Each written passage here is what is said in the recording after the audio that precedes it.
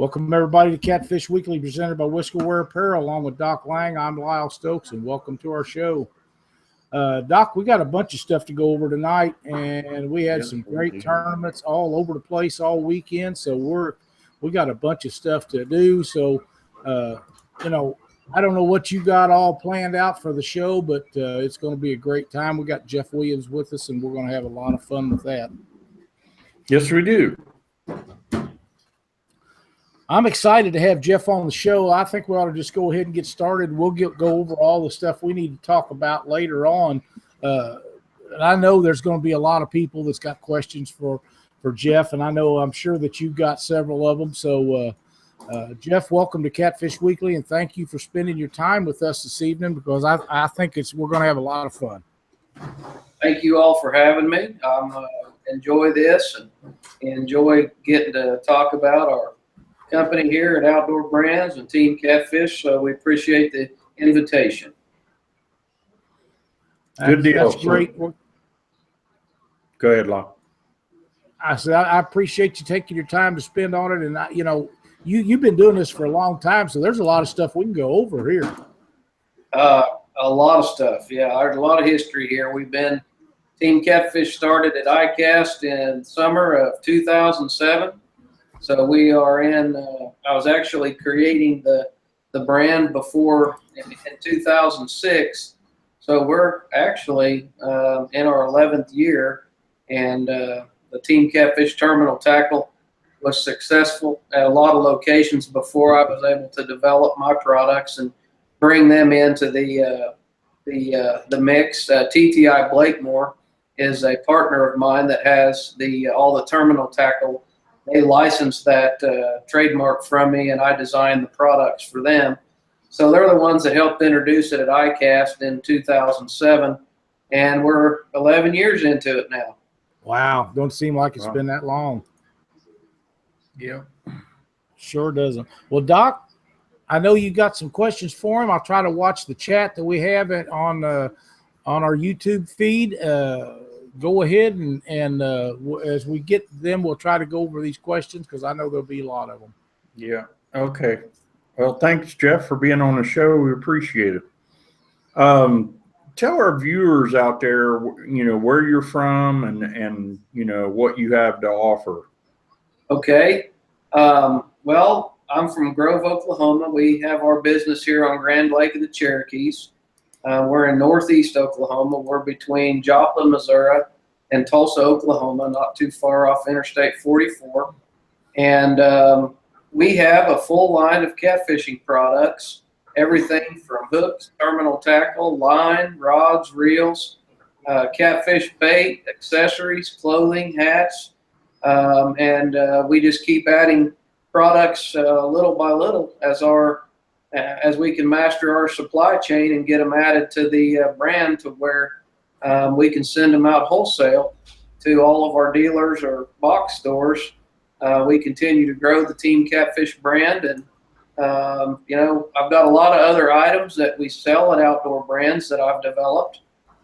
We have the Nutrideer brand, the Bowhunter 1 brand, the Flea Fly fishing tackle brand, and then this last year, we made it through one full year with One Step Jerky Marinade, which is in the One Step cooking product. So we've got a lot going on, and I've tried to round out my year with brands that all participate and sell at different times of the year. And we've got the Flea Fly brand, which starts early in the year as panfish and crappie fishing tackle. Then we roll into Team Catfish. Then we have Bowhunter 1 and Nutrideer that help make up our fall business. And it's been a real battle getting from one successful brand to 4 successful brands, but we are on our way. Good deal. One of the guys got a question. What's Jeff's personal best? Personal best. My personal best catfish is going to be bumping the 80-pound range at Blue Catfish. And I've never cracked the 80-pound range. I've got a lot of fish in the 60s and 50s and 60s and 70s, and I bet I would have broke the old 80-pound mark if I hadn't been tied up in this office for the last 10 years. So Sure found out a lot more about a lot of places to catch big catfish in the last 10 years, haven't we? Yeah. We have. Yeah. Yes, we have. Okay. The double action hooks. Explain how those work. Okay. That was one of the flagship items that we released in 2007. And the double action hook is a hook that we almost call it the triple action because it works both ways, or works 3 different ways. But the 2 main methods that people use the hook is they like to reel down and set the hook on the fish, or they like the fish to bury the rod and hook themselves. Those are the 2 main ways that anglers use the double action hook. And what I found out years ago after using these hooks, and originally what we did was we had these hooks when I was on pro staff with Daiichi through TTI Blakemore. We were using the same style of hook in the Daiichi brand, and we crossed it over into Team Catfish. And all those years of guiding, I found out that double action hook was the greatest thing ever for my clients, because the majority of the time when the blue cats would swim off, they would smash the rod and the hook would hook themselves. And then instead of them having the client having to stand up and try to set the hook, which was almost always a disaster when we had inexperienced people in the boat, I could tell them to grab the rod and reel down until they hooked that fish, and they didn't yank my bait off that way and miss the fish. So when we released them from TTI, I trademarked double action, and that's the method that we've trained people to do now for the last 10 years, is reel down and hook their fish instead of trying to stand up and set the hook. Good deal. Now, how can our viewers get a hold of you? If they want to order something, you got a website that they can order stuff off of? Yes, sir. What I always try to do is I try to put our dealers first. We got a huge dealer network of people around the country. I'm very happy to say that Team Catfish made it into 1,100 Walmart stores this year. So Team Catfish brand is in every major retail account in the country: Bass Pro, Cabela's, Academy, Dick's, Gander Mountain, Sportsman's Warehouse, and now Walmart. And we try to put all of our dealers, our independent dealers, first. We try to do the best we can with our dealer network link, and it is a challenge to keep up with that. But if you want to look for our dealers, or you want to order some items online that a dealer doesn't have, people can find us at teamcatfish.com. Okay. Let's see if we got any questions. Anybody got? Nope, nobody's got any questions. Well, you must be laying it out pretty good, Jeff, because nobody's got any questions right now. Well, I've answered a lot of questions on those. I got 115 how-to catfishing videos now on YouTube, and the fans, we answer. Whew, man, I don't even know how many questions we answer between there and Facebook. So Yeah. we try to keep up with that. But I do welcome any of you all out there to ask us anything about how we got started, or whatever it might be. Well, what are you currently fishing out of? Right now, when I catfish, I'm fishing out of a Sportsman 200. It's a boat that I worked with G3 for a year or so, and they finally got the boat released last year, beginning of the year last year, I think, or maybe the beginning of 2015. Time flies, I can't remember.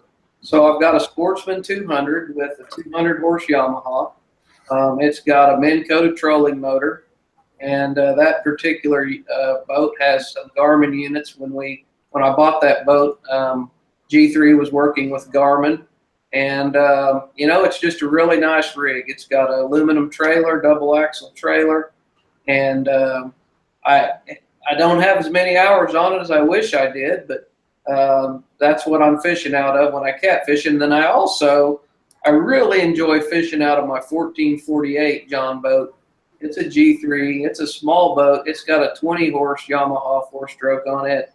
And I take that thing up in little creeks and rivers and streams and fish with cheese bait. And and really enjoy my channel catfishing. So those are the two boats that I catfish out of mostly. Yeah, one of the guys on here, Dirty Or Catfishing, says we want more Team Catfish live streams. Yeah, well, they're coming. They're going to be out, and what I've had to do this year was I had to prioritize my sales gear and my sales support with the brands that are really relevant, selling strong. And the Flea Fly brand, it lights up about the 1st of January, and by the end of March, you know, a lot of the big push and the crappie fishing stuff is starting to slack off, and the catfishermen are really getting wound up about the 1st of March. So March, April, May, and then after we get through the spawn in June and July, I will probably be doing quite a few Team Catfish live feeds. Okay. Concrete Man 1984 wants to know, what is the biggest difference between your circle hooks and jackhammer hooks? Okay, there's a big difference. The jackhammer J hook is another one of the items that was originally released in 2007 alongside the double action hook. And the jackhammer J hook is truly what it's called. It is a J style hook. It does not have a tip that turns back into the fish once the fish swims away. Now, if the fish swims away with the hook and it swims away violently, of course the jackhammer hook will hook the fish itself. But on the slow, steady pull downs and the slow, steady strikes, the double action hook will always hook more fish, because the way that hook is designed, the harder you pull on the tip of that hook, the deeper that hook turns into the fish. So that's the big difference. Jackhammer hooks are really made to stand up and set the hook with.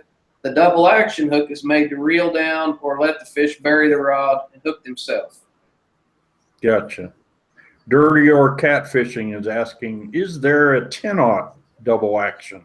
No, there's not a 10-aught double action yet.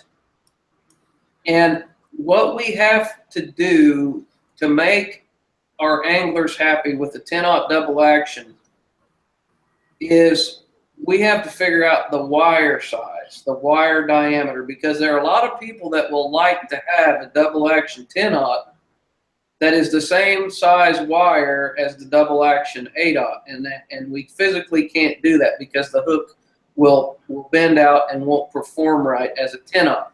So we have to look at this and we have to say, is it really worth making a 10-aught double action hook that has a heavier wire that an angler might not really want? But what we do have is a 10-aught super circle, which is very similar to a double action hook. The curve on the super circles are a little bit more drastic, but if you're looking for a bigger circle hook, you need to look at the 10-aught super circle and the 12-aught super circle. They're an enormous hook, and you can just cram giant baits on them. So if you're looking for a bigger circle hook that's in the Team Catfish brand, that's still the quality of the hooks that we have. If you like the double action style, you need to look at the super circles. Okay. eStar75 wants to know, do you suggest people snell the double actions?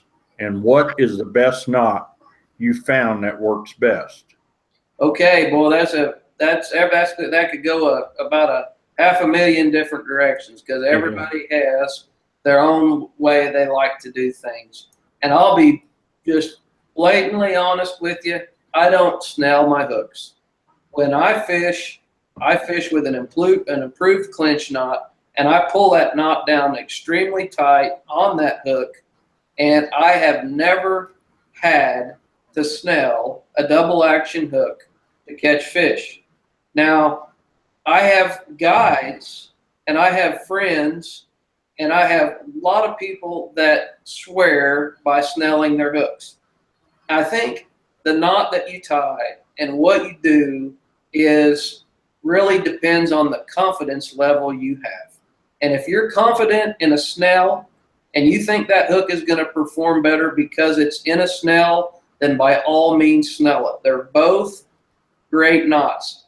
The Palomar knot is another great knot, but I don't tie it because the improved clinch knot is so easy to tie. I tie the improved clinch knot with braid. I tie it with fly fishing line. I tie it with on hooks. I tie it on swivels. I tie it on anything. I just use the improved clinch knot for just about anything that I do. The only other knot that I use, I tie a three-way loop knot, a surgeon's knot, and when I'm fishing at what I call a bottom dragger rig, where you have a line that comes down and then you have a loop that comes off of it, and then it goes down to your sinker, to where your hook's actually above your sinker. I do tie a surgeon's loop right there, but any other time, actually when I tie that leader onto my swivel, I tie it on there with an improved clinch. Okay. Doesn't look like there's any other questions. What are the reels that you're using? Okay, we have our own reels. We started out with reels in 2013, and it's been a work in progress. We continue to make improvements on our reels every year. The factory that I work with on my reels is interested in building the best catfishing reel that we can get into the Team Catfish brand, and they're called Gold Ring. What we have is a 400 size casting reel, and then I have a 50 or a 500, 5,000 size, whatever you want to call it, size in the spinning reel. And what they are, they're a reel that we've designed the interior components, we've designed the graphics on. They've built the reel to my specifications. We designed all the artwork on the boxes. We designed the colorations. Both reels were reels that had been manufactured in the past. And what we did was we went and used that tooling for the Team Catfish brand, and we just crammed them both full of really high quality components, that the type of stuff that our anglers appreciate here at Team Catfish. So we have two gold ring reels, a 400 size and a 50 or 5,000 size. Okay. Is the double action hook your single best-selling product? The A-Dot, I'm sorry. Is the A-Dot double action hook your single best-selling product? The A-Dot double action black, and I can't answer this 100%, but it is got to be in the top 5 every single year. The 5/0 double action black sells really, really well. Our dip baits sell really, really well, and our dead red blood spray sells amazingly well. So sinker slides, sinker bumpers, you know, it's really hard to tell what SKU actually sells the best, but I would say that the A-Dot double action is the #1 selling hook that we have. Okay. Let's see. Did I miss anything, Lyle? Not that I'm aware of. I'll bet you missed the one I got on Facebook, though. Go for it. Jeremiah King would like to ask Jeff if he fishes mainly lakes or if he goes to the rivers also. Man, I grew up fishing lakes because the rivers that we have here in northeast Oklahoma, they only run when there's a lake releasing some water ahead of it. And the only time that those lakes release water is after we have rain. And so I grew up learning how to target fish in giant reservoirs, and that was really my claim to fame when we figured out how to target reservoir blue catfish with a rod and reel. And able to put seasonal patterns together to target those catfish was, believe it or not, 10 years ago, was something that a lot of people just weren't doing. And there was a lot of people fishing rivers, but I didn't have access to rivers, and I loved the blue catfish, and I wanted to learn more about it. So I grew up fishing tail races. After we we had a lot of water in our reservoirs, they were able to generate water, and we were able to fish flooded streams and creeks and all that stuff. But since I have been able to travel, I absolutely love river fishing. And the one reason that I love river fishing is something that a lot of people, I really don't think, they truly don't understand, that just the simple fact alone, when you're looking at the difference between reservoirs and rivers, current dictates to the fish where they have to live every single day that they're alive. When you're in a situation where they're faced with current all the time, like the Mississippi River and the Missouri River, a lot of days there's current, the Ohio River, you know, some of these big river systems, these fish are forced to live in areas that the current dictates to them where they live. In a lake, they suspend all over the place. They suspend in the water column. They can lay down wherever they want. I mean, so it makes targeting fish in a reservoir a lot more difficult than targeting fish when you have current. So even though I grew up fishing a lot of lakes and I still like my lake fishing, I love to be able to go target fish on a river where the current dictates to them where they have to live. That's really cool. Jeremiah would also like to know, since you do fish on rivers, this time of the year, how do you go about finding a fish and when it's difficult to pattern them? Well, this gets into another big question, because I just did a seminar over at, actually taught a class over at Tulsa Technology Center about a month ago, and my seminar was on how to target catfish seasonally. But folks have to understand that when you go out and you target catfish, you have to decipher the differences in the catfish. Channel cats, blue cats, and flatheads are as different as horses, pigs, and goats. And you have to understand the seasonal patterns of each catfish before you can truly target them. And once you understand the species and you understand where that catfish is going to be in every season, that's when you can start patterning the catfish. So you need to learn the traits, you need to learn the anatomy of the catfish, you need to learn the behaviors of the catfish. And when you start adding up all of these factors, that's when you can really break it down and start targeting them.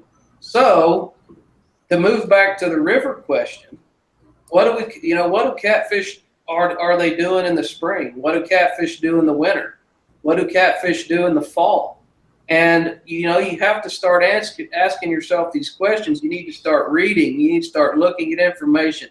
You need to start grabbing accumulation of knowledge about what species are you targeting, because a flathead behaves differently than a blue cat and a channel cat. And until you understand where and how to target that fish in each season, targeting becomes more difficult until you know what your catfish is going to do. And that's great advice. I can elaborate on that even more, but for me to sit here and tell a guy how to just target a catfish in a river until they understand and they ask me what species and what type of river and what season, I can't tell them what to do. Catfish anglers have got to start looking at catfish from a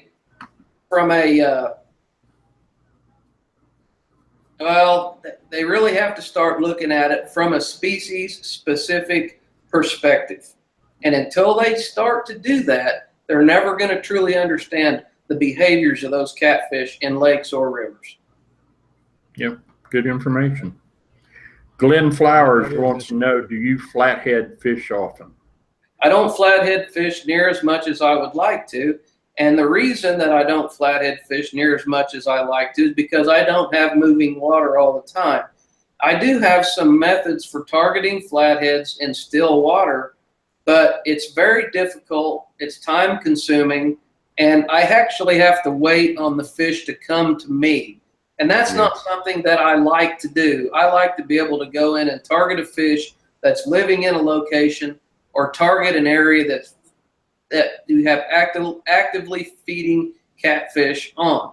if I lived close to a river that had current all the time, and I could run my boat out and fish during the day or night in areas where I felt like these flatheads were holding, and I could go in and target them because the current was dictating to those fish where they had to live every day, I would flathead fish a lot more, because I truly believe that is being able to go in and target flatheads and catch flatheads consistently is something that a lot of people have never mastered.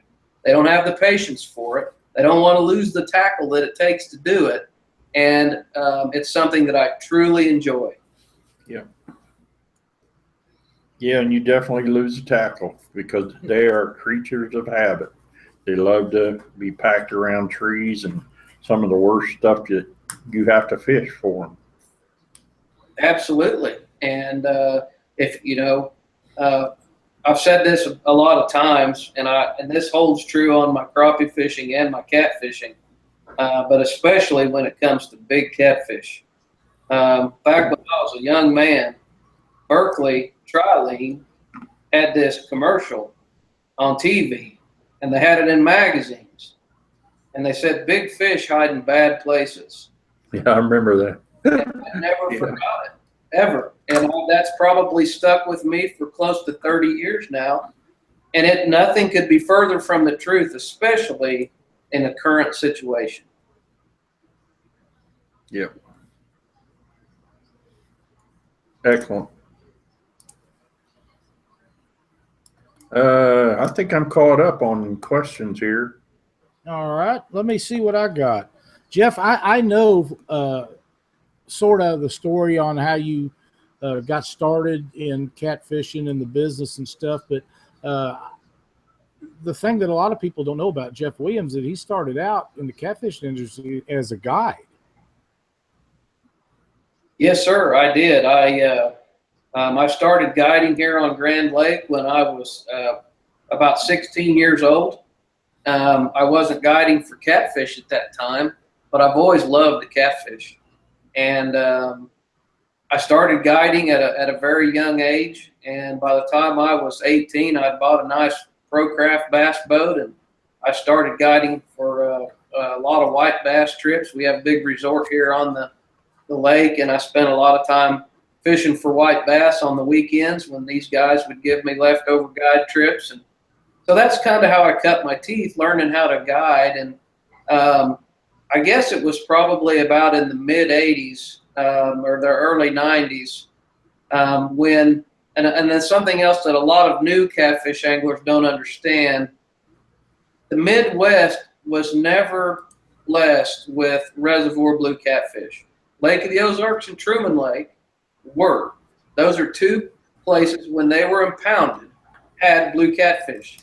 Grand Lake, Hudson Lake, Kaw Lake, Kerr Lake. There was a lot of lakes, and a lot of lakes in Oklahoma, even though they were tributaries of the Arkansas River, the blue cats weren't far enough up those tributaries that the fish were impounded when they impounded those reservoirs. Well, now we have blue catfish in all different kinds of lakes in Texas. We have them in Missouri.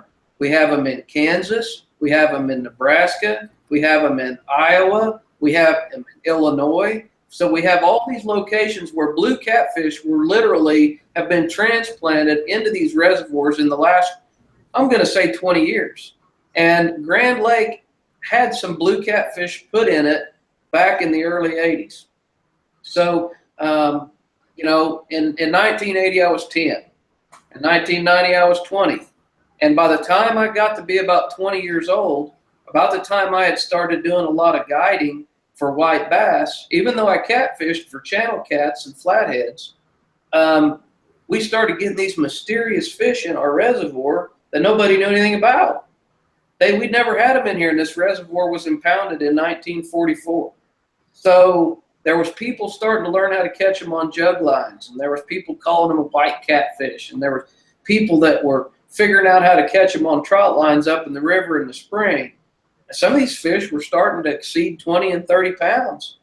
So I made it a quest to learn how to catch these fish on rod and reel.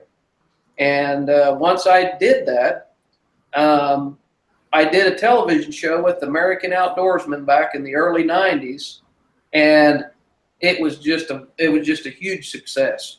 For me to be able to go out and target catfish in the winter, drifting for catfish in the winter and catch some 20 and 30 pound catfish back in the day when the Outdoor Channel was, I think it was the Outdoor Channel, I don't even remember which, but there was just a handful of outdoor channel programming back then. There was a gajillion people that saw that. And I started getting calls from people that wanted to go catfishing on the reservoir with me to learn what I was doing. They wanted to know how to catch these blue catfish on a rod and reel. And then In Fisherman kind of got a word about it. And then I think in the early to mid 90s, maybe 94, 95, I did an article with Steve Hoffman on reservoir blue catfish. And from that point on, my guide business just grew. And I was a pipe fitter. I went through my apprenticeship program, and I worked for a company out of Denver for many years while I ran my guide service and raised my kids. And you know, so from about 1990 to you know, my son was born in 2000. There was a 10-year span in there where I did a lot of guiding for catfish. I learned a lot about catfish tournaments. And then between 2000 and 2007, developed my techniques and tactics to really become advanced at targeting reservoir blue catfish. I lived at Truman Lake and Lake of the Ozarks for a few years up in that time, and saw my vision for Team Catfish. I knew there needed to be a better brand of catfishing gear than what was available. So, you know, I kind of started guiding one way, and I ended up guiding full-time for blue catfish. The only time I didn't guide for them, I would fish for hybrid stripers up on Truman in June when the blue cats were spawning. So, but the last 3 years that I was a full-time guide at Lake of the Ozarks, I averaged about 225 trips a year. That's a lot. That's a lot of going. That's a lot. Yes, That's a lot of catching bait. Yeah, it is. It really is. I have a couple of questions I want to go over with you before I continue on with what I've got. Glenn Flowers wants to know, what's your closest river that you fish? Well, we've got rivers, you know, but they just don't move anymore. You know, that's the problem, is all of our rivers are impounded. So we end up with a bunch of still water. I've got flatheads in the Neosho River right here in my backyard. And, but the closest thing that I could actually drive to that I know without a doubt, 100%, is going to have current in it every single day would be the Missouri River. And you know, probably in central Missouri up by Kansas City would be the closest thing I could drive to. Even the Arkansas River, where it comes out of Oklahoma, it's still controlled by lock and dams all the way down through Arkansas. So it's constantly, you're constantly dealing with what are they doing with the water today. And, you know, when they're fluctuating the water, it fluctuates the fish. And it does not lend itself to constant current like the Mississippi and the Missouri River have. That's 100% true statement. I agree wholeheartedly. John Hopper would like to know if you prefer to use sonar or do you use your experience and knowledge of the river to find the fish? Well, that's a good question.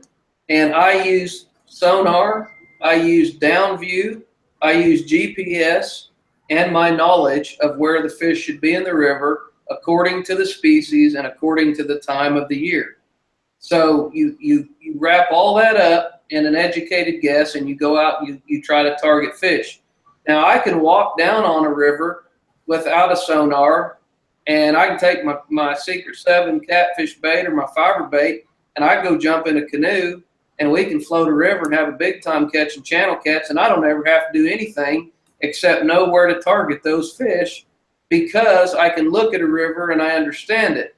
On small rivers, you can do that. But when you start getting up to mid-size and large rivers, you have to learn to be able to, you have to use some tools to help you see what's on the bottom. because you can't see what's on the top according to the flow. And, you know, in a small river, I can look at a small river and I can say there's a hole, there's a run, there's a riffle, there's a log pile. You know, you can't see everything, but I can make a really calculated guess on what is there ahead of me when I'm going down a small river. And without sonar and without GPS, you're not as effective and you're not as efficient as you could be if you learn how to use it. That I agree with you completely. And sonar has become, as a tournament fisherman, sonar and all of the toys that goes along with that has become one of the top things that you must have to be successful. Sure, it's a tool that you need because you're fishing, especially in a current situation. You are fishing in areas that you can find, because the current is dictating to those fish where they need to live. And once you can find those areas, then you can target them. That's right. That's right. That's 100% correct. That's great information, Jeff. That's all of the questions we have in chat right now. So let's continue on about Jeff Williams. Like I mentioned, I kind of followed you for a long time over the years, and I remember when you guided it up at the lake. I mean, that was a long time ago. But then again, I remember them things because I was a little older than you are. Maybe that's why it sticks in my mind. But you know, you have grown your name and your products and all your stuff to where you do all these videos. And something I wanted to talk about a little bit, and I mentioned to you this afternoon when we visited, is your kids, and you brought them up in an environment where they're thriving, whether it be fishing with you or whether it's going out deer hunting and stuff. I mean, I see all these pictures. You've got some great boys. Their heart's in the outdoor sports, and you know, the whole world is so proud to see these kids do those kind of things, and these kids are doing it, and they're doing it really well. Well, I appreciate that, and I'm glad that you've noticed. I made myself a promise when I had kids, boys or girls, didn't know what it was going to be, but I made myself a promise that I would never push my lifestyle onto my kids. And growing up in a household where hunting and fishing pretty well fed them. I mean, it's pretty well. It's a big step when you make your livelihood hunting and fishing products, and then you raise a family surrounded by all that. It's very easy to turn those. I didn't want to turn my kids away, and I didn't want to burn them out. So I let them enjoy what they wanted to enjoy. I took them all the places that they wanted to take them. I gave them all the tools that I could afford to give them. So once they wanted to go out and do their own thing, they could go out and do their own thing. And I've been fortunate that both boys do love to hunt and fish. Currently, they're a lot more into the hunting. They do fish with me. They don't fish with me near as much as they used to, but my oldest one's 16 now, so they're running together, and you know, they spent all weekend up in Missouri shed hunting on spring break, and last weekend they spent over in Kansas shed hunting. So they're working with a few companies on the hunting side of things, and they're kind of getting into promotions now and really doing a great job and enjoying what they do. So you know, I'm very proud of them, and I just kind of turn them loose and do their thing, and I think you can only grow them to a certain point, and they're either going to want to go do their own thing or they're not going to want to do their own thing in the sporting and in the outdoor world. And I think, unfortunately, a lot of times what I've seen over the years is kids that probably didn't really want to progress in the outdoor world, and people pushed them and pushed them and pushed them and pushed them, and it wasn't the right time. And my youngest son absolutely loves to golf. Well, I hope he continues golf. I love to see him golf, and I hope I can learn how to play golf with him. I can't play golf at all, but I'd like to learn. And so, you know, I just kind of let them go. I just kind of let them roll with the flow. And they're at a point now, after dragging around, they call me Old Pops, after dragging around with Old Pops for the last, 10 years, and that they are becoming very successful. I think I told you about my youngest son. He literally went into we had a some property leased in southeast Oklahoma this year for deer hunting, and it's a kind of a public lease. There's about 30 people on the lease, so it's not just our private piece of property. And it's a timber company, and it's very difficult to hunt. It's one of the hardest places to try to kill a mature deer of any place that I've ever hunted. And my youngest son at 12 years old found his place, took his climbing stand out, and shot a 155-inch deer opening day of rifle season this year. Had it back at the road with his ladder stand and his gun waiting on me when I picked him up at 9:45, and I was pretty well blown away. So I think that these kids, once you teach them the right way of doing things, and you cram their heads full of knowledge, and you make sure that they're as successful as they can possibly be on every single outing. And sometimes that means not doing what you want to do. It means doing what they want to do, and making them successful and letting them feed off of that confidence is where and what really helped my kids the most. And I am blessed. They've taken and ran with it. Yes, they have. They're doing outstanding. And, you know, I'm very child oriented and all about getting ladies into the sport of catfishing. And when I know you've got tons of videos out there, and there's a lot of good quality videos, but the ones I've seen that I like the best of yours are definitely the one with those guys. And I remember watching them when they were little bitty guys, and they're going into really great men now, or right on the verge of becoming men. I know one of them's 13 years old, but that doesn't matter. He's doing the right things, and he's going about it the way it needs to be done, and that's just outstanding. And like I told you earlier, maybe we can get them boys on the show one of these days, and they can tell us some stories about old Pop. Well, you have your hands full when you're 13 years old, and you'll have to drag the info out of the 16-year-old. So they definitely got two different personalities for sure. But hey, I would like to add two things. One, I would really like for people to know what is truly going on behind the scenes in what the anti-hunters and the anti-fishermen call blood sports. They consider deer hunting and catfishing and crappie fishing blood sports, and they continually push their agenda to stop blood sports. We as fishermen, we as hunters, regardless of whatever method you have, regardless of if you use a trot line or you use a rod and reel, selective harvest is a big part of my message about this. But regardless of what you do and what you enjoy, we all better get along, or it will be in my kids' lifetime that the people that consider what we do blood sports, they are taking a huge toll politically and in locations that you just can't believe what they're trying to do to take away from us. I saw a video or something somewhere the other day of somebody that they said that they had a bass that had a tear in its eye. And they literally had photoshopped something that looked like a tear in a bass's eye and had a hook in its mouth. And that's the way these people think. And I have, over the last 10 years, I have seen some animosity inside the catfish community that I wish that wasn't there.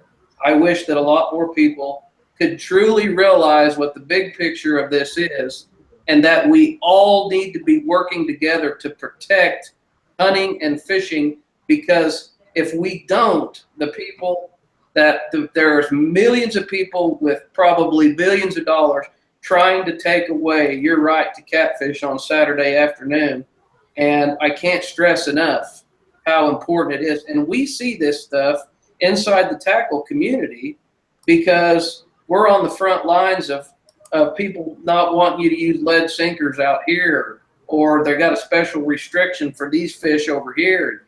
And it's snowballing, y'all. So if anybody takes anything away from my message on this show, I hope that any animosity we have with who's doing what in fishing can be put to the side, and we can all focus on how do we protect what we love to do. I agree. And there's so many people out there that sort of stir the pot one way or the other, but as long as people are ethical and do things the correct way, and don't over harvest and realize how important it is to save these breeding size fish, we got to work to get along. I have a question on the Facebook message from Justin Wolf. He wants to know, if he's curious to see if you have any projects working for conservation of catfish now or in the future. Well, I don't have any formal projects, but I did work with the Oklahoma Department of Wildlife when they were studying their reservoir blue catfish age and growth data. I harvested a lot of fish for those guys. We were the go-to guys for Grand Lake and Hudson Lake, and I work very closely with Jeff Boxrucker. He's retired now, but the catfish study was one of the things that he had done here. And I tell you what, it was a very in-depth study. It was very fascinating to find out what they had came up with. And I was very, very glad to be a part of it. I continually push selective harvest on my videos and what we do. I try to educate people on the age and growth data of the catfish and what they really don't understand and what they need to understand about how old these fish truly are. And, I'm not going to sit here and tell you to turn every 30 or 50 pounder loose, because that might be the fish of a lifetime for somebody. But by God, turn the next 2 or 3 or 4 or 5 or 6 or 7 loose. I'm not going to rain on somebody's parade for harvesting a big fish or two. I did it back when I was younger, and I didn't understand or have the education that it took to understand what age and growth data is and how old these fish truly are, and how how they spawn, how they protect their fry, how they do all these things at a certain age level, and continue to populate your reservoirs and your rivers. So even though I don't have a specific nothing specific I'm working on, I do try to educate people on age and growth data and selective harvest. Right. And I'm the same way. I don't keep any big size. If they're big enough to breed, they're big enough to throw back. And I don't like to clean them. You know what I mean? I throw them back because I'm too lazy to clean them, don't want to, whatever the reason is. But so many people, you're right, and they catch that fish of a lifetime. And one of the things that brings a smile to my face is to watch them when they release that 20, 30, 40, 50-pound fish back in the water. I mean, it just brightens the whole world up for them, because they know that someday some little guy is going to be able to catch that fish, and it's probably going to weigh 50 or 60 pounds, and just thinking about that just drives them nuts. Oh, yeah. Yeah. Releasing the fish is fantastic. There's a lot of toxins in our large fish that aren't healthy. A lot of the older fish that have continued to consume fish, over the years, that have consumed microorganisms that are full of, toxins and fertilizers and chemicals and what have you. And the older the fish, the more toxins those fish truly have in them. It's proven that is the case. And I love to eat blue catfish and crappie. Those are about the only 2 fish that we eat. And I take, fish in that 3 to 8 pound range is what I like to clean. And that's perfect size for the fillet knife. And we eat quite a bit of fish. And what the age and growth data showed on our lakes here in Oklahoma was very fascinating. That the blue catfish here, and a lot of people don't know it, but Oklahoma has more man-made shoreline than any other state in the country besides Texas and I think Alaska. So we got the Arkansas River, the Neosho River, we got the Grand River, we got the Canadian River, the North Canadian River, we got the Red River. We got all these giant reservoirs. We got all these reservoirs and rivers in Oklahoma. So they went and they studied of all of these reservoirs, the major ones, and there was about 10 of them. And you could imagine like having 10 Truman Lake and Lake of the Ozarks. I mean, that's what we have here in Oklahoma. So what they found was in the reservoirs where the catfish were overpopulated with small fish, the top end fish couldn't grow. It's like putting too many cattle in the field. There's not enough food for your big fish to consume, to grow, to where they could really start to excel and expand after they were 28 to 30 inches.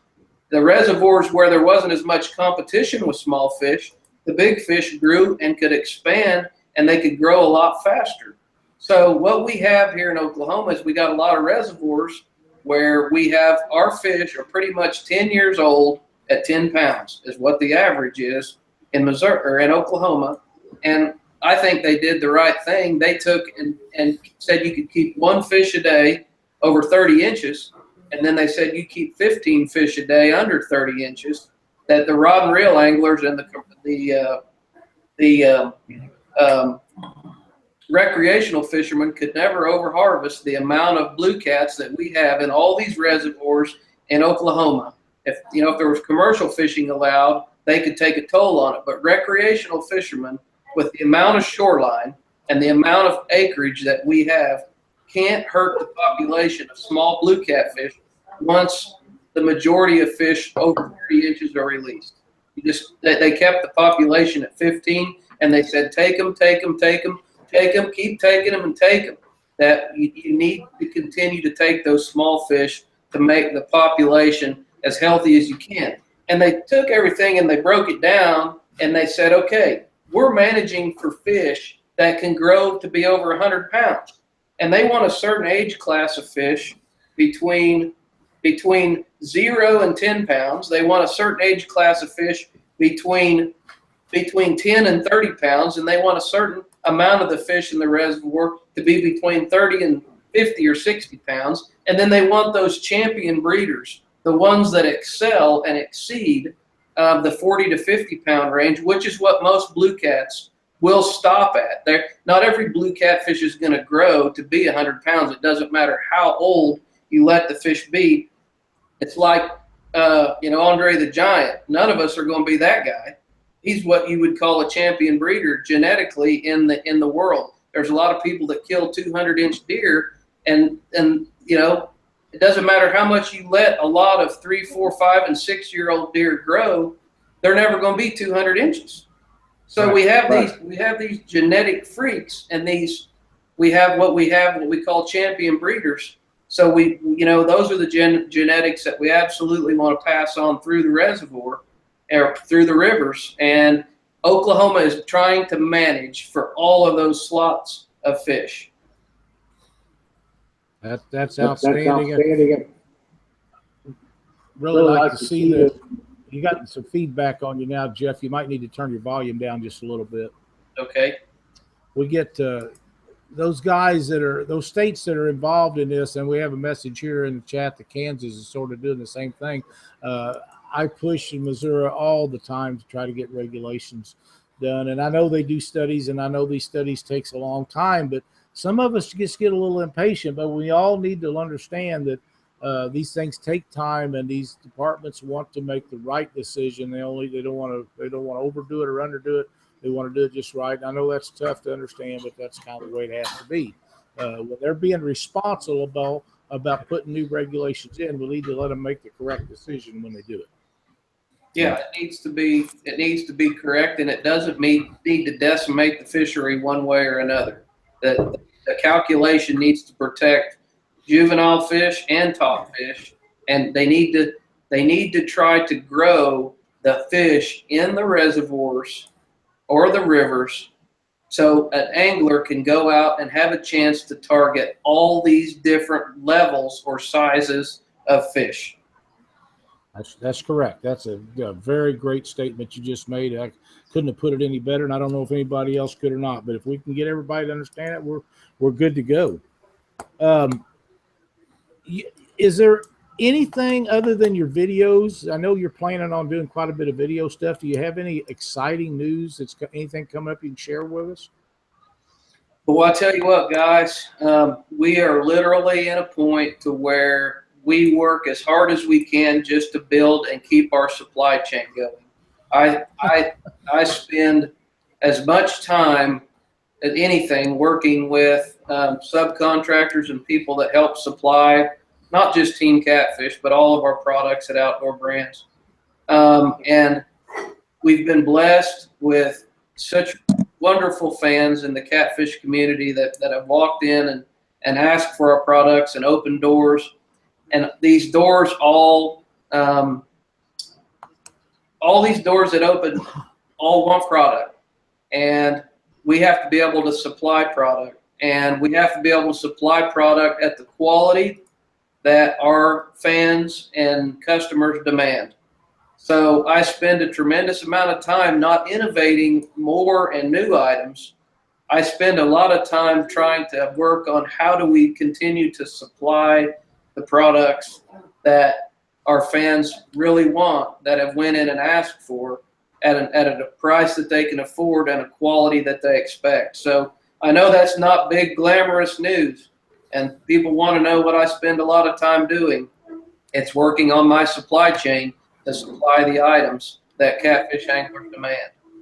Well, that's the way you keep your business going and keep everybody interested in it.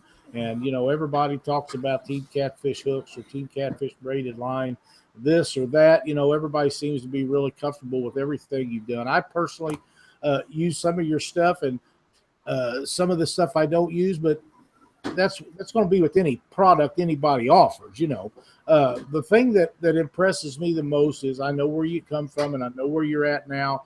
And man, I love those videos. You know, I'm hoping you have a bunch of good quality videos coming out. And of course, I love the catfishing stuff, but you have some really good crappie videos out too. Yeah, I enjoy my crappie fishing. I tell you what, guys, after guiding as many years as I guided in all the tournaments I went to and everything I did out on the road, for me to just hop in my boat with a pack of crappie jigs and head over to the brush pile and, you know, fish with some light action gear is something that I truly enjoy. And I've always crappie fished. I grew up crappie fishing on the dock with my grandma and fishing with minnows, sitting there catching crappie with her. So something that I love to do. I want to teach people how to catch more crappie, how to catch more white bass, just like I want to with catfish. My philosophy is not rocket science. When an angler learns and knows how to target fish better, they become more successful at catching fish. They buy more fishing tackle. And I hope they remember me when they buy that tackle. I hope they remember who helped them learn. And a lot of my customers appreciate that knowledge. So I don't hold anything back. I try to show everybody everything that I know. And, you know, it pays off because our Team Catfish fans are just bad to the bone. I mean, they support us, and the Catfish Conference was a great deal this year, and I got to meet so many people that just wanted to come by and say thanks. We appreciate what you're doing, and shake my hand, and that's very humbling. I'm not a guy that wants to be in the spotlight. If I could have done all this and me never been in the spotlight, I think I would have been happy. That's why I've never attached my name to anything. You don't see anything that's Jeff Williams Team Catfish. It's all Team Catfish. And I really, truly appreciate all my fans and them spending their hard-earned money on our fishing tackle. And I want to try to provide them the best product I can at a price that they can afford. I got to tell you, Jeff, that's probably as great a philosophy as I've heard from anybody at any.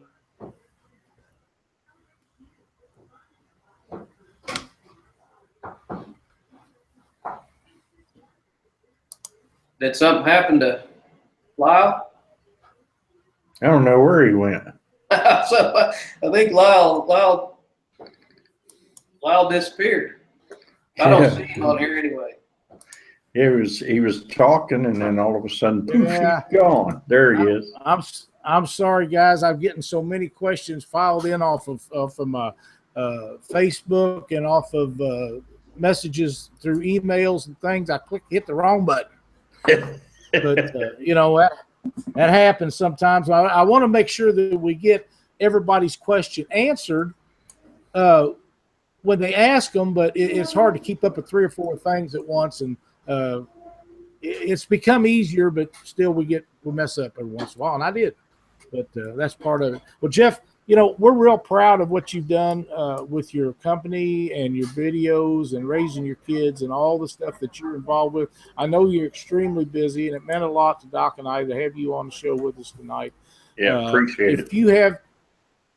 If you have anything that you'd like to tell the people about, like how to get a hold of you, about your products and the outdoor brands, people, go ahead and do that at this time. And again, thank you so much for being a part of the show.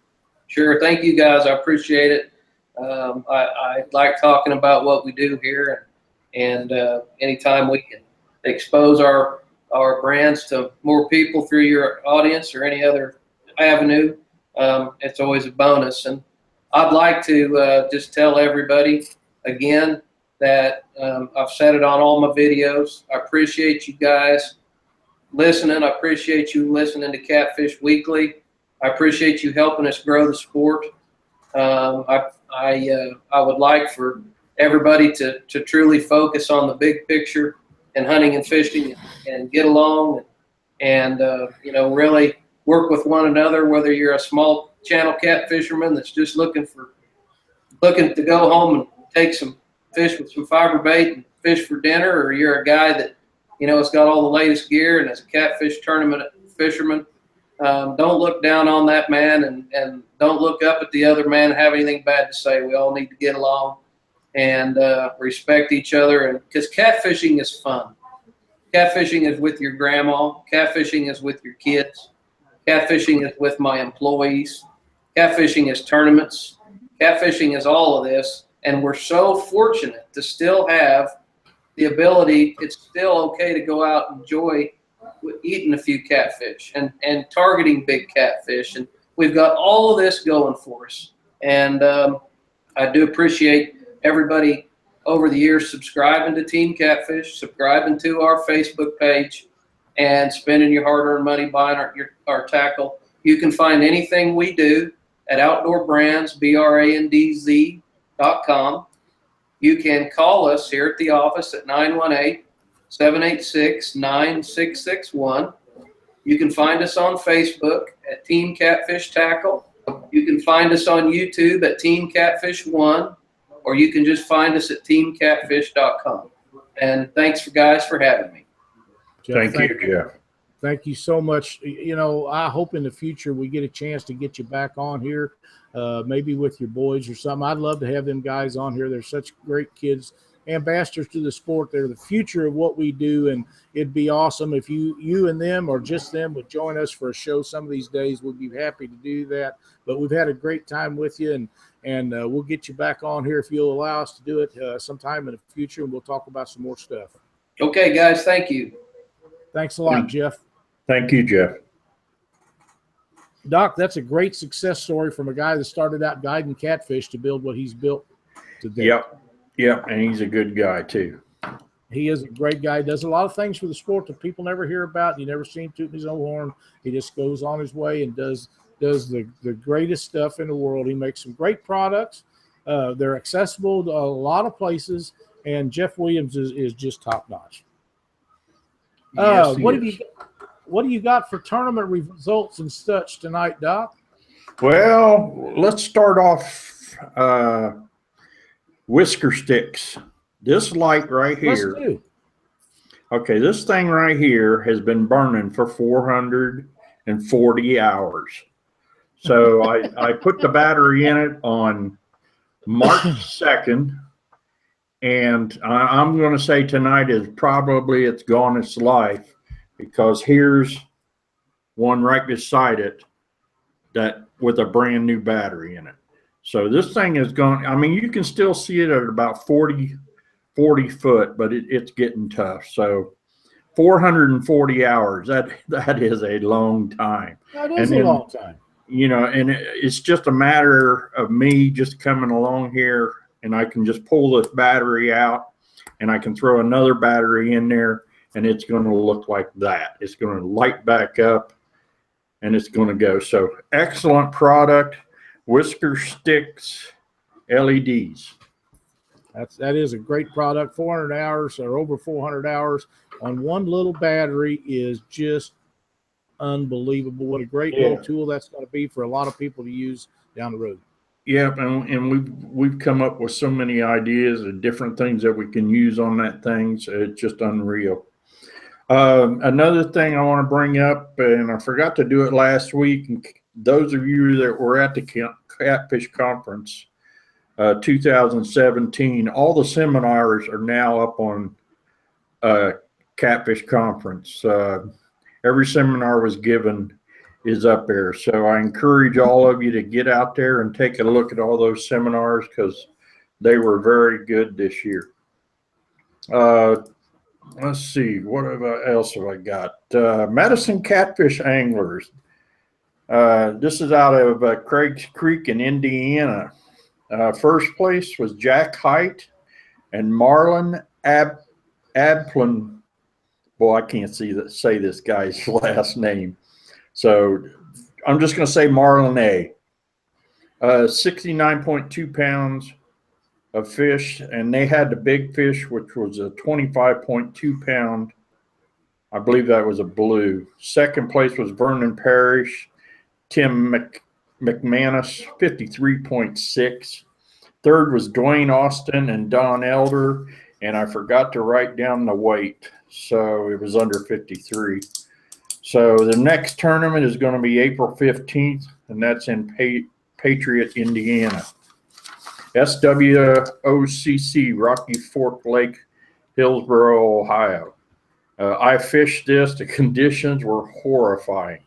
I mean, the first hour, it wasn't bad, but after that first hour, the winds kicked in. It was cold. It was one of the worst fishing times I've been on a boat. So, but I mean, people found fish. First place, Tom Kocher and Rich Roy, 54.2 pounds. Second was Corey and Brandon Copus and Ty Householder, 49.2 pounds. They had the big fish, which was a 14.7 pound channel. Third, Mark Blauvelt and Rusty Coe, 46.1 pounds. And fourth was Willie Smith and Nick Anderson with 32.8 pounds. Next tournament will be April 29th. That's Tanner's Creek. That is a tri-state tournament. And correct me if I'm wrong, Lyle, I believe that is another qualifier for the national championship. Am I right?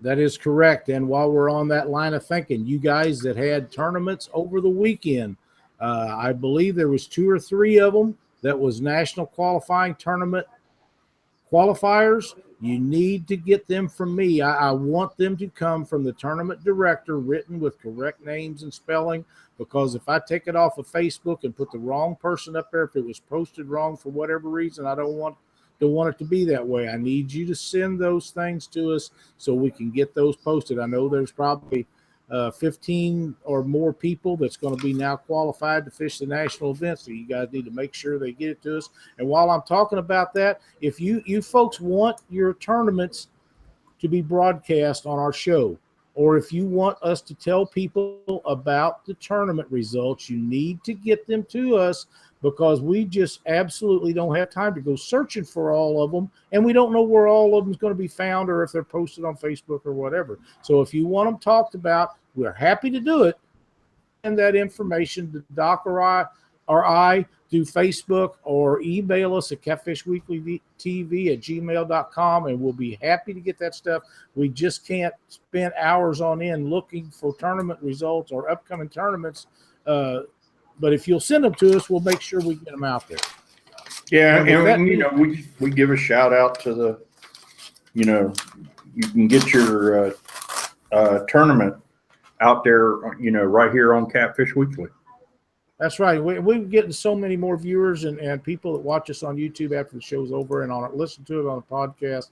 And we're going to go over a bunch of that stuff. But I have some results from this past Saturday's tournament down in Texas. Jerry Dillard sent me the results, and Michael Houston and Vass Crooks won the winning weight, or 150, had the winning weight of 56.90 pounds. Also had Big Fish at 23.94 pounds. Second place was John Dillard and Jerry Dillard with 46.5 pounds. Third place went to Randy Miller and Johnny Ward with 19.30 pounds. Thank you, Jerry, for sending those results. We're happy to announce it for you.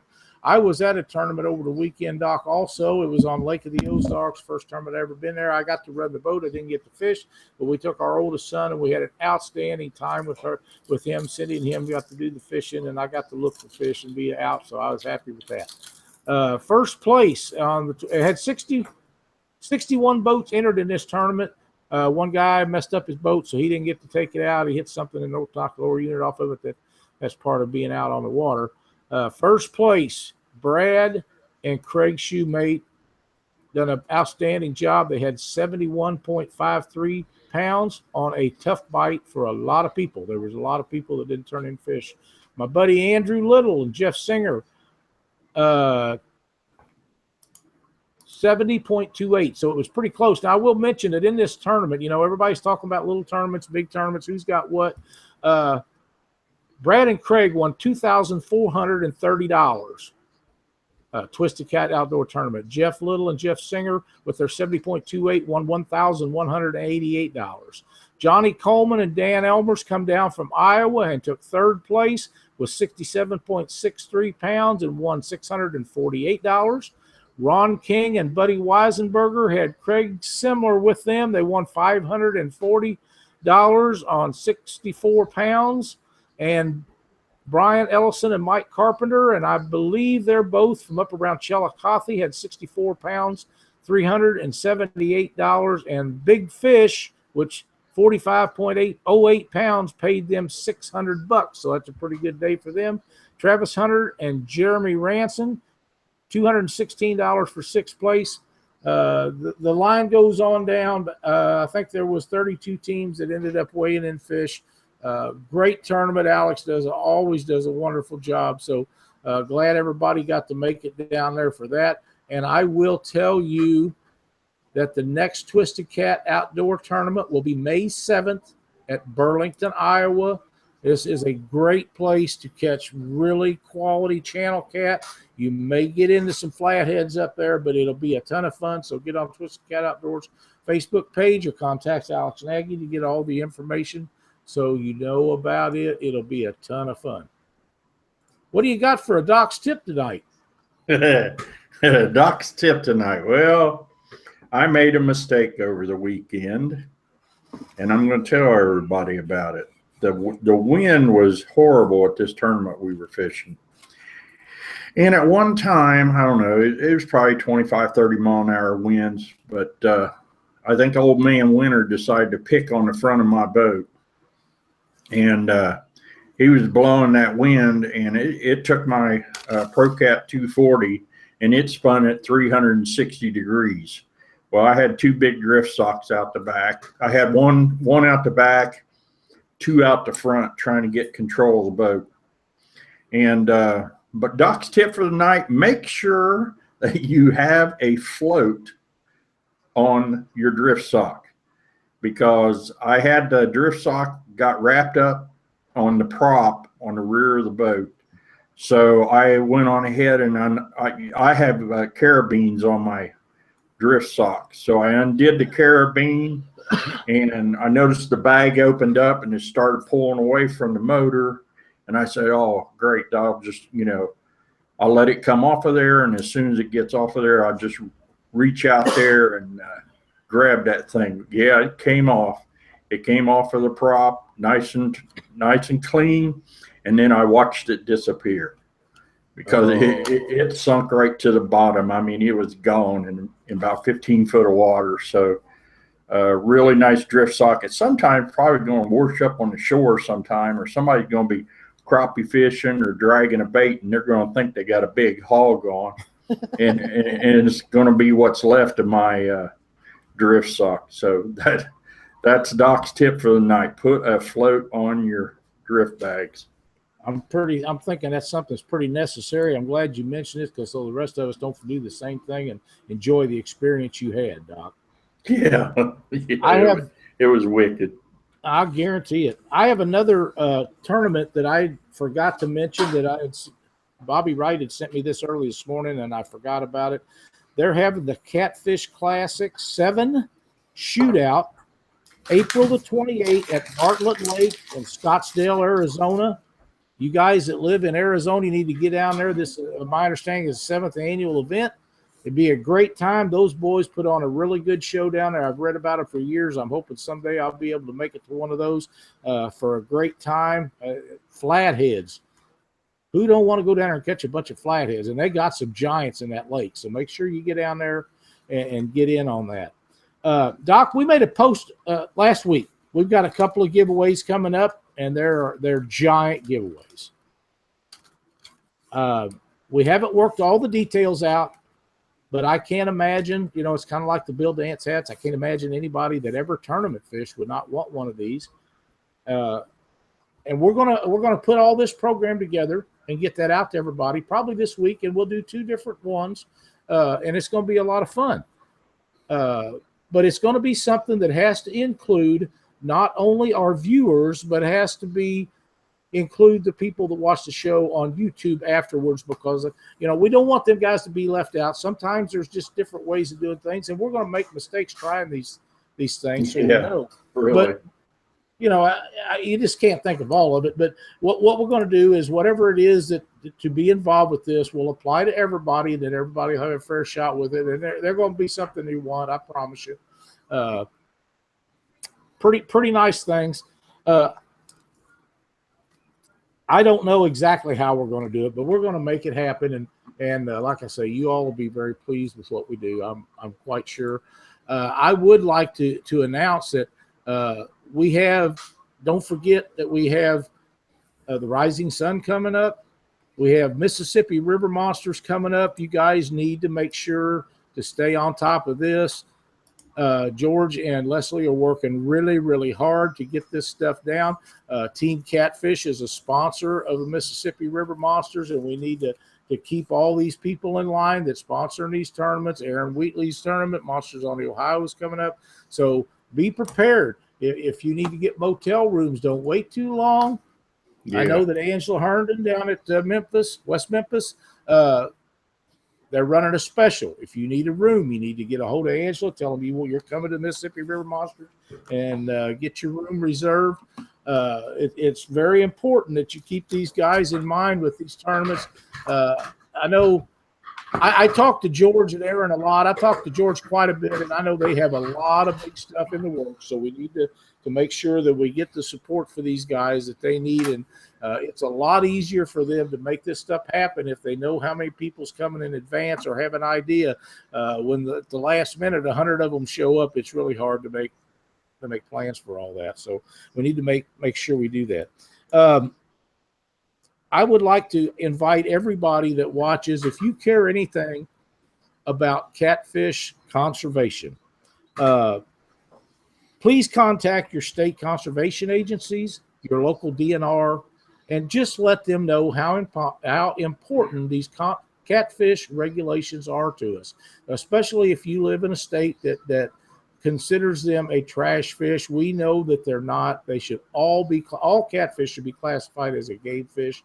And until we get that stuff taken care of, it's not going to change nothing.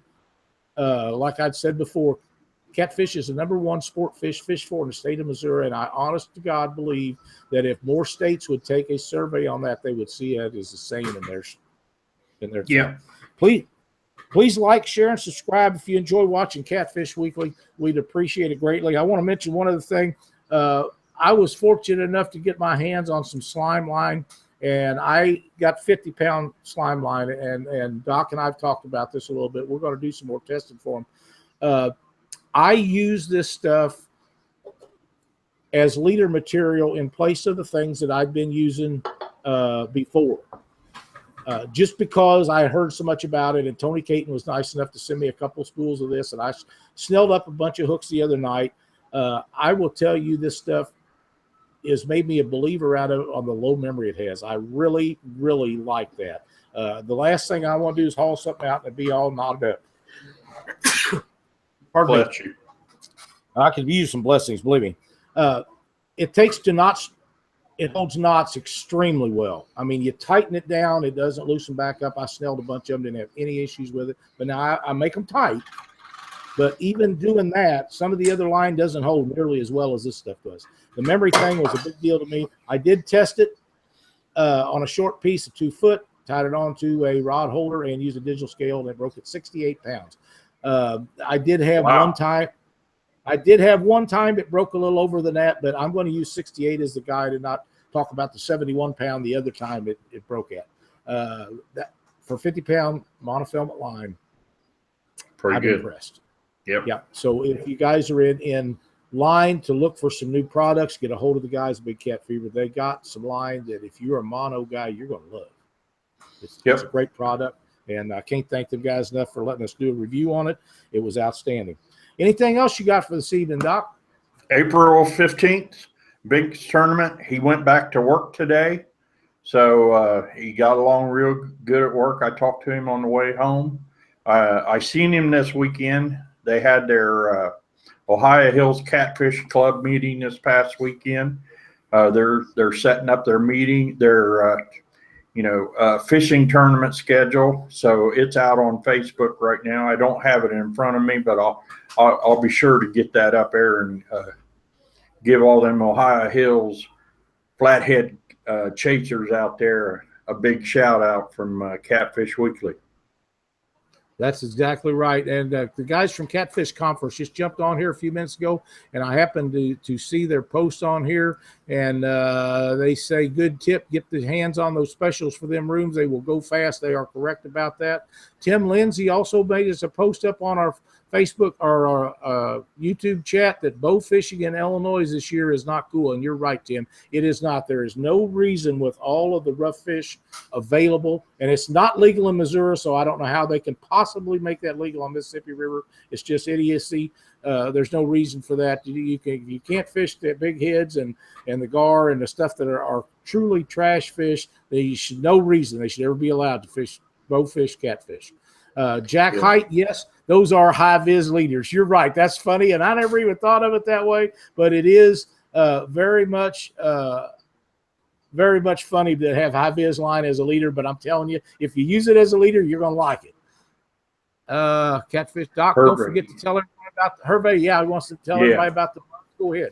Yeah, Hervey's got catfish mugs that he's selling, and all the proceeds are going to go to Bink. So get a hold of Hervey there at Catfish Conference LLC right here on YouTube, and get a catfish mug.